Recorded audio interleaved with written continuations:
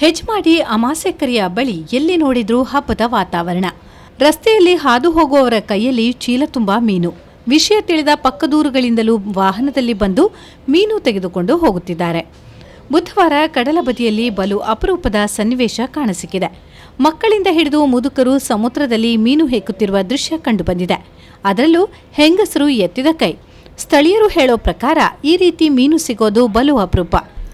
ಒಂದು ಮೀನಿಗೆ 1.5 ರೂಪಾಯಿ ದರ ಇದೆ. ಹೆಜ್ಮಾಡಿಯಲ್ಲಿ ಬಲೆಗೆ ಹೇರಳವಾಗಿ ಮೀನು ಬಿದ್ದ ಪರಿಣಾಮ ದರ ಪಾತಾಳಕ್ಕೆ ಕುಸಿದಿದೆ. ಇಂದು ಒಂದು ಬಾಕ್ಸ್ ಮೀನು 500 ರೂಪಾಯಿ ಮಾರಾಟವಾಗಿದೆ. ಒಂದು ಬಾಕ್ಸ್ನಲ್ಲಿ ಸುಮಾರು 10,000ಕ್ಕೂ ಅಧಿಕ ಮೀನಿರುತ್ತದೆ. ಕೈರಂಪಣಿ ಮೀನುಗಾರಿಕಾ ಬಲೆಯವರು ಮೀನಿಗಾಗಿ ಹಾಕಿದ ಬಲೆಗೆ ಸಿಲ್ವರ್ ಫಿಶ್ ಅಂದರೆ ತುಳುವರ ಬೊಲೆಂಚೀರ್ ತುಂಬಿದ್ರಿಂದ ಬಲೆ ಎಳೆಯಲು ಕಷ್ಟವಾಗಿ ದಡಕ್ಕೆ ಬಂದು ಬಲೆಯನ್ನು ಎಳೆಯಲು ಪ್ರಯತ್ನಿಸುತ್ತಿದ್ದರು. ಬಲೆಯಲ್ಲಿ ಮೀನು ತುಂಬಿದ್ದ ಕಾರಣ ಮೀನುಗಳು ಸಮುದ್ರ ದಡದಲ್ಲಿ ಎಲ್ಲರ ಕೈಗೆ ಸಿಗುವಂತೆ ಒದ್ದಾಡುವ ದೃಶ್ಯ ಸಾಮಾನ್ಯವಾಗಿತ್ತು. ಅಂತೂ ಪರಿಸರದ ಎಲ್ಲರಿಗೂ ಇಂದು ಭರ್ಜರಿ ಬೊಳಂಜೀರ್ ಮೀನು ದೊರಕಿದೆ.